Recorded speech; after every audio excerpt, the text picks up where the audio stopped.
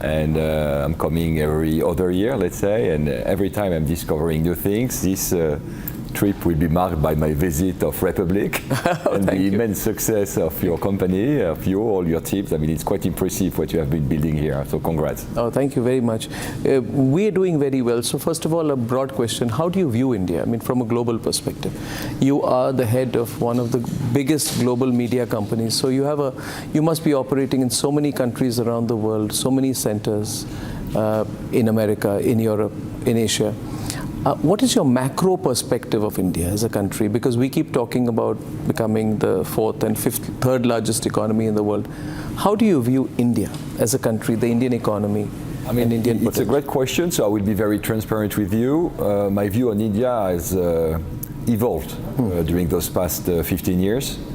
When I started at HAVAS, I barely knew India. I mean, I knew India from its culture, Bollywood movies, things like that, but I didn't really know the power of India. We had a small presence in India with HAVAS. It was only 250 people. And suddenly in the years 2015-16, I started to realize the growing importance of India and that India will become one of the top 3 economies in the world in the coming 20 years. So we've started to invest a lot in India, because when you operate a global group, you need to have a strong presence in the main economies of the world. True. And I'm glad to say that we reviewed the business with the team yesterday, and in less than 8 years, we have multiplied our scale in India by 10. 10 times? Yeah, 10 times. We moved from 250 people to 2,500 people in India, and our plan is to continue to invest, and we plan to double our scale in the coming 2-3 years. And what's driving the growth? Is it technology? Is it people? Is it innovation, or just the size of the market? The growth is coming, I would say, from a combination of elements. The first thing is the growth of the middle class. You know, every year tens of millions of Indians are accessing the middle class, so it's creating needs for communication and advertising. GDP per capita is increasing. And then the growth of digital. I mean, digital is growing super fast. Now it represents around 50% of the global investments.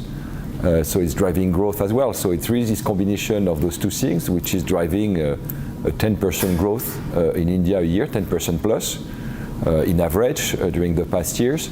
Plus we have been doing some acquisitions as well, where we have identified great Indian agencies. I mean, the talent, by the way, in India, what strikes me the most is maybe the abundance of talents in India, the level of education, of energy. And so we have had the chance to partner with great companies that have joined the HAVAS family. Oh, that's fantastic. You know, I also think what you said there is so important about the middle class, because, you know, in purchasing power parity terms, we're already the third largest economy in the world. In PPP terms, we'd be 15 trillion.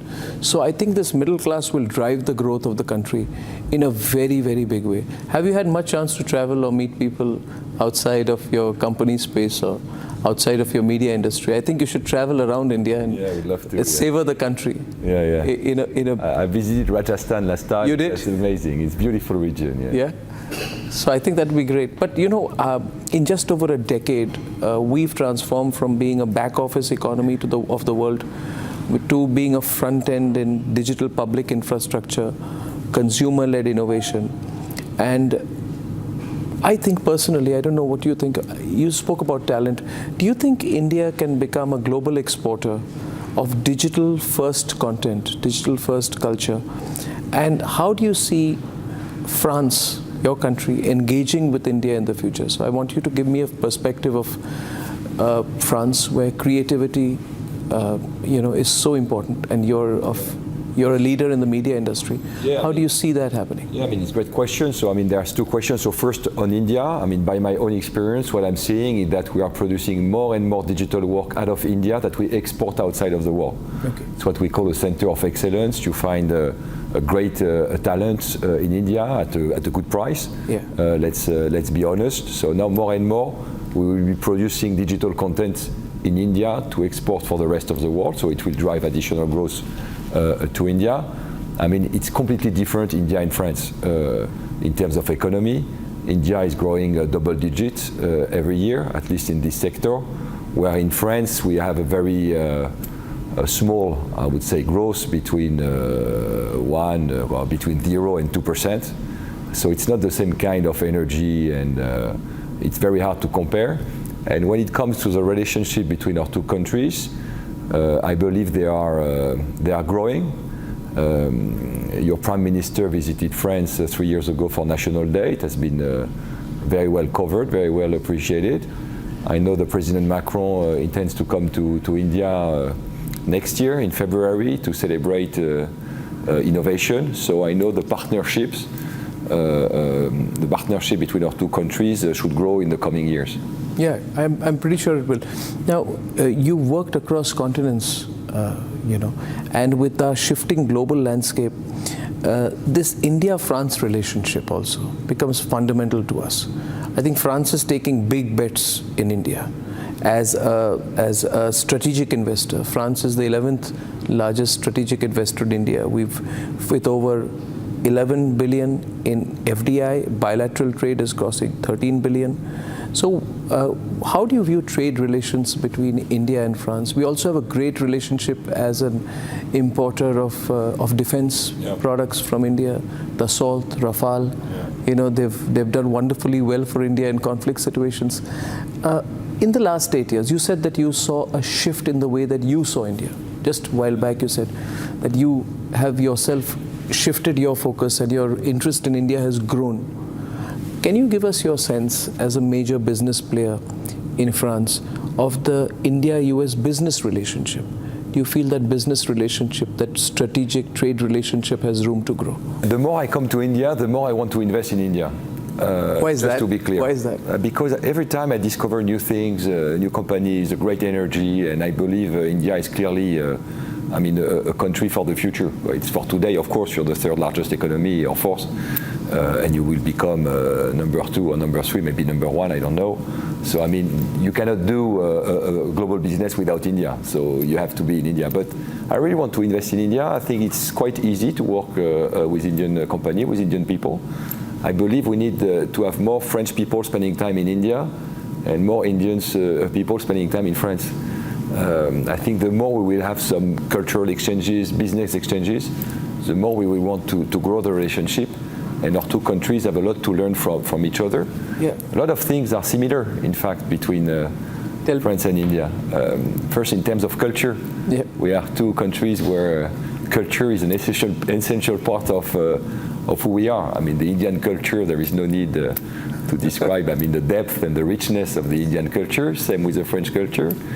In terms of value, I think we both value democracy, freedom of speech, those kind of values. People are very nice in both countries. Your food is excellent. Maybe that's my favorite food in the world is Indian food. Is that so? Yeah, I like spicy. I like spicy. And so it's great. So I view the relationship between India and France to grow in the coming years. You mentioned defense, where India is the number 1 client for France defense. Yes. And I'm sure that in many other areas we can collaborate, innovation, digital tech being one of them. Yeah. Also, when you talk about the global relationships, from a Cold War period to a unipolar period to the area of globalization, we are reaching this new concept of a multilateral world where there is no one center of influence. And what I admire France for a lot, I've always done so, Yannick, is that it is a country which has always had its own independent foreign policy, even within Europe and around the world. And I quite admire the French for punching above their weight, for having a great deal of strategic importance around the world, and also for being global negotiators. I think France has a very important role in the world. Yeah. I think in that sense we are also close. We're both very closely connected on strategic affairs. But I think we are also vibrant democracies. And we are quarrelsome democracies.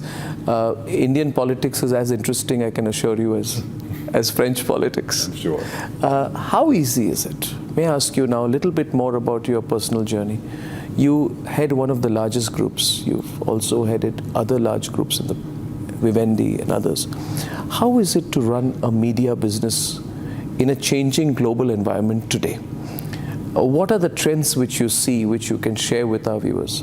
Yeah, I mean, about global media headwinds, what's working, what's not working? Yeah, I mean, it's a great question. So first, I mean, the world has been changing a lot those past 10 years.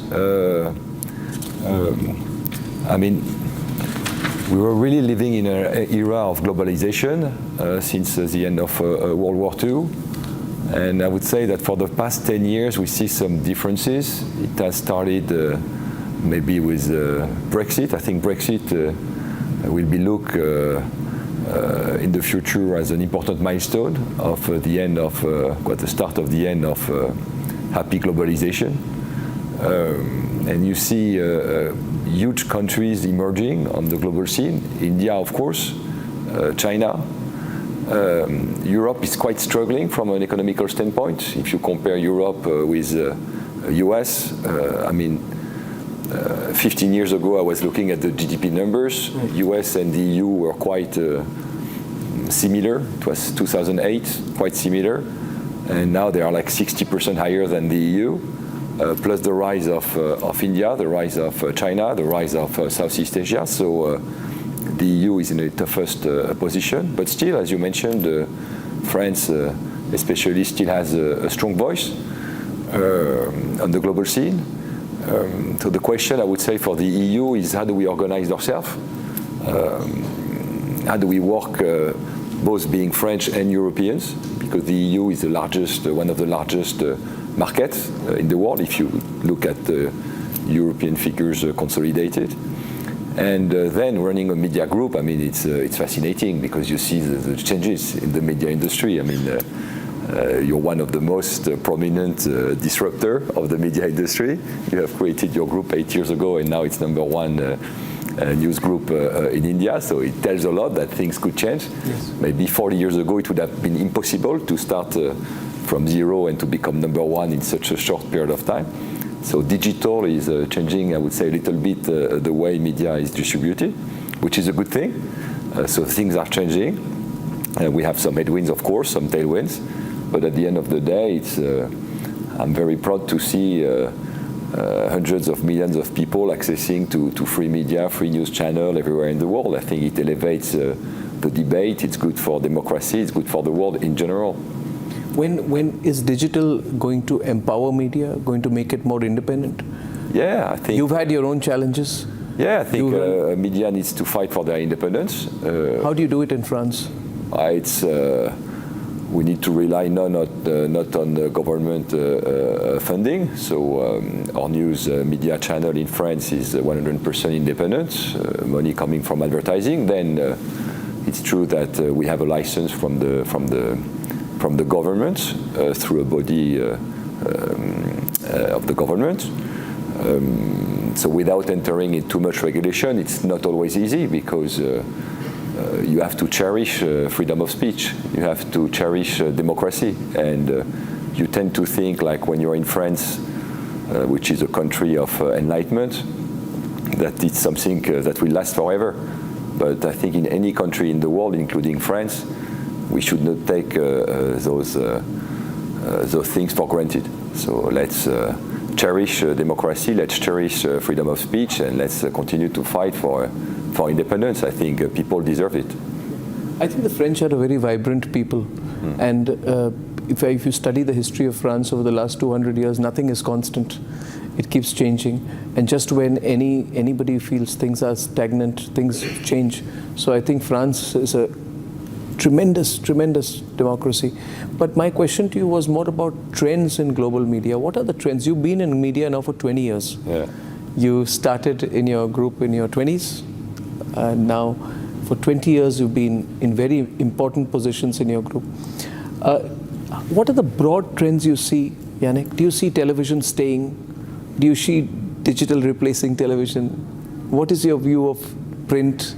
Can I have your big perspective on global media trends, which will be useful for people studying media trends in India as well? Yeah, of course. So if you look at the media trends, I mean, of course, the most important revolution is coming from digital, which has completely disrupted the media landscape. Yes, totally. On content creation, digital infrastructure. Everything. Yeah. If I look, an interesting KPI would be the investments in different media. TV was #1 by far. followed by print, radio, and outdoor. Yeah. And when you look at the digital spend, now it's number one. In the US, I think digital represents 60% of the spend. Right. It must be over 50% in the EU. And even in India last year, digital received more money than traditional TV, which is a big shift. And I think the trend, if I look at what happened in the rest of the world, with the rise of the middle class, the access to connected TV, internet, I think the digital will continue to grow. Yes. I believe TV will still exist. Yes. I don't think that TV will disappear. Thank you for saying that. Yeah, no, it's important. Not all kind of TVs. What we see is a big resistance of news channel and a sports channel, everything which is live, because with connected, it's on TV. Yeah, everything which is live TV. It's harder for, I would say, traditional channels that are airing like movies, TV series, entertainment. When it's live, maybe you can still have people watching TV, but I would say linear TV. Linear TV has to be live if it wants to remain successful. And then we see people watching, when people watch content like movies or TV shows, they watch it on streaming devices, so they don't wait for to be at 8 p.m. in front of your TV. So TV, in fact, what I've seen is TV, the way the young population is looking at TV, it's more a screen than a TV. You know what I mean? TV used to be the first screen. True. Now the big change, the big shift is that mobile became the first screen. Yes. So my view is that what's going to happen in India, it's what happened in Europe or in the US, is that digital will continue to grow, mobile consumption will continue to grow, and people will be able to watch the content that they want at any time of the day on their device. So it's going to be harder for newspaper in terms of access to advertising. Because what we see is that the big advertisers are spending more and more money in digital and less on print and newspaper. So they need to find ways maybe to have people paying for the content. Digital could be a great source of great new ways of distribute the content, but you need to find a smart way, what we call like paywalls, like people would be ready to pay for the content, so you have to invest in premium content just to make sure of that. Outdoor will continue to exist because it's a fantastic media, very effective in terms of investment, and radio as well. You need to find the right content on radio to make sure that people will continue to listen to radio. But a big shift. Plus, we have to mention social media, that it's by essence a media as well. Yes. So the role of influencers is growing and growing year on year. So what about artificial intelligence? You know, is it going to redefine the media space, or is it too much hype? We're talking about these changes, and you're right, Yannick. Digital infrastructure, content creation, e-commerce, fintech, social media. India is also at the center of this shift. We are seeing it all happen here. So when you were coming, I thought I would ask you this very relevant question, that is AI really going to change things? Because you also mentioned content will matter. If there's good content, people will find it behind any paywall. So, but can AI really create content, or is there, what is the influence of artificial intelligence or AI in the world of media from your perspective? I mean, it's maybe it's the most important question right now is what AI can do, what AI can do. AI is a big revolution. We should not underestimate AI. At HAVAS, I tell all my clients really to embrace innovation in general, specifically AI, because it's completely changing the way people are producing contents, the way people are maybe just dealing with their operating systems. So we've been investing a lot in AI for HAVAS on the creative part. So now all the content production is much more efficient thanks to AI. You have great tools on the market.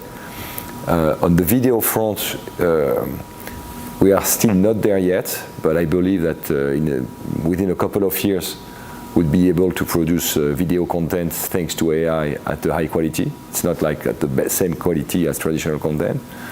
And then the question is how people will be using AI. Will it change dramatically the way you watch content? Will you still be watching the news, or will you ask your AI what happened today in the world, and they will produce automatically a video newspaper? So that's the kind of question that needs to happen. But for sure, I would say that any industry, specifically media company, needs to embrace AI to take the most out of it. Yeah, I think they need to. But I think there will be limitations at the same time. Yeah. There is a fascination and a romance with AI right now.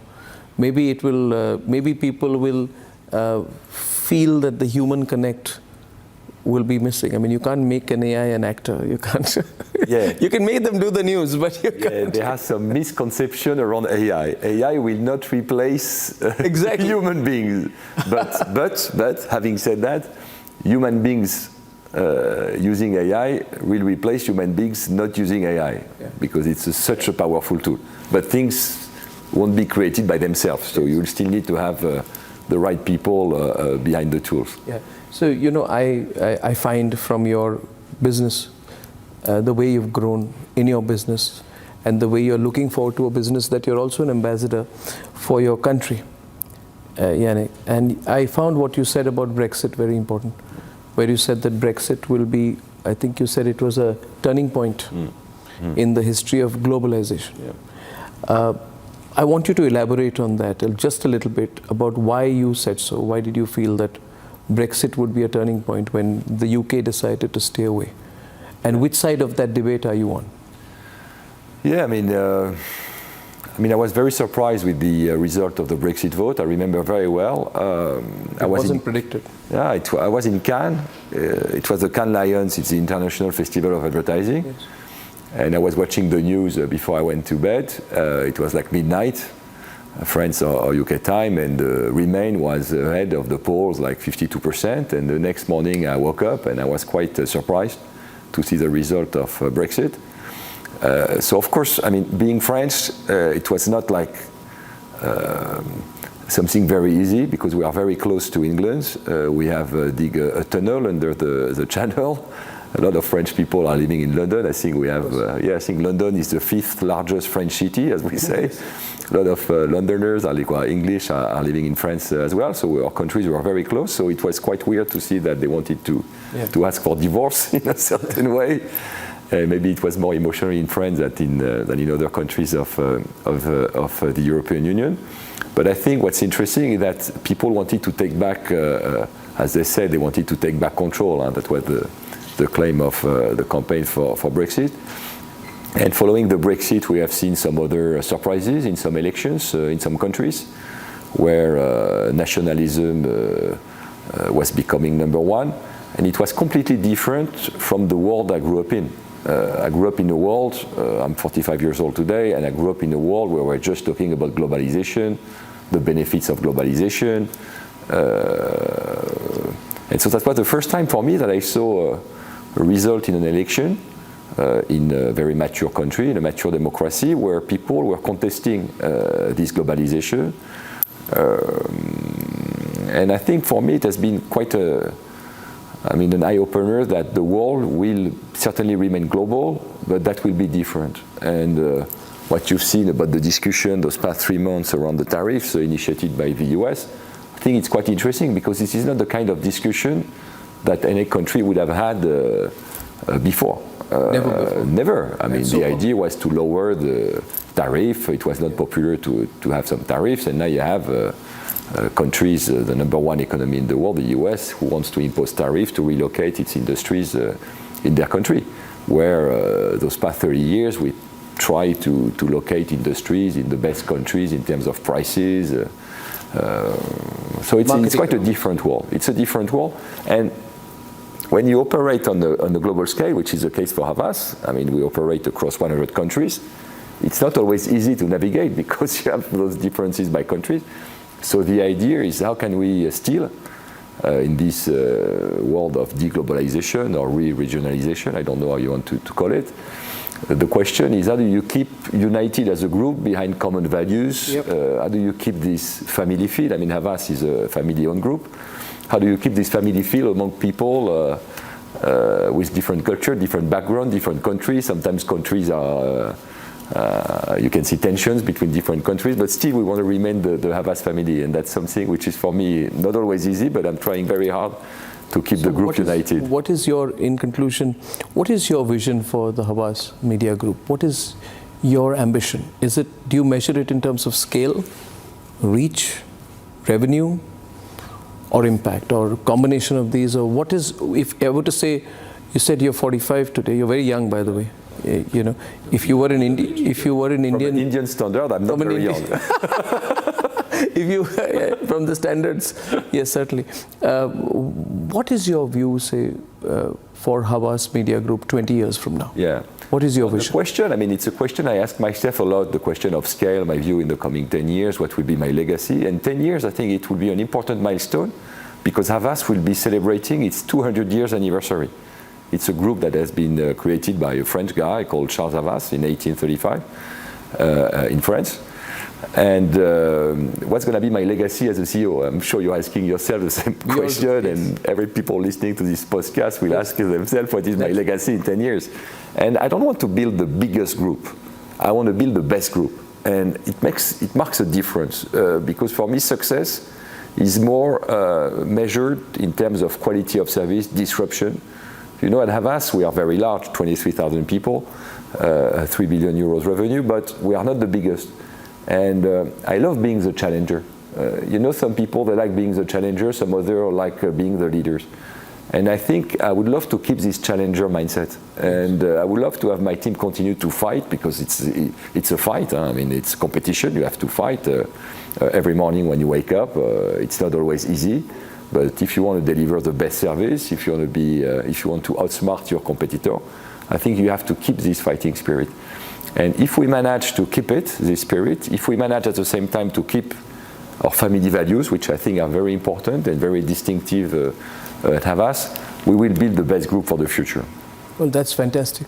And I look forward to meeting you and seeing you at different milestones that you achieve in your career. In 10 years, I will and tell you. And 10 years from now, we'll sit and have this conversation. Exactly, I'd love to. And we'll see how far we've come. But I think your vision is fantastic. I think there are great economic opportunities. But more than economic opportunities, I'm happy that you've come to India. Yeah. Next time you travel beyond Rajasthan also. Yeah. So look forward to that. Thank you, Yannick. It's a total pleasure and an honor to have you in the Republic Studios and to have this chat. The honor is for me. Thank you very much. Thank you.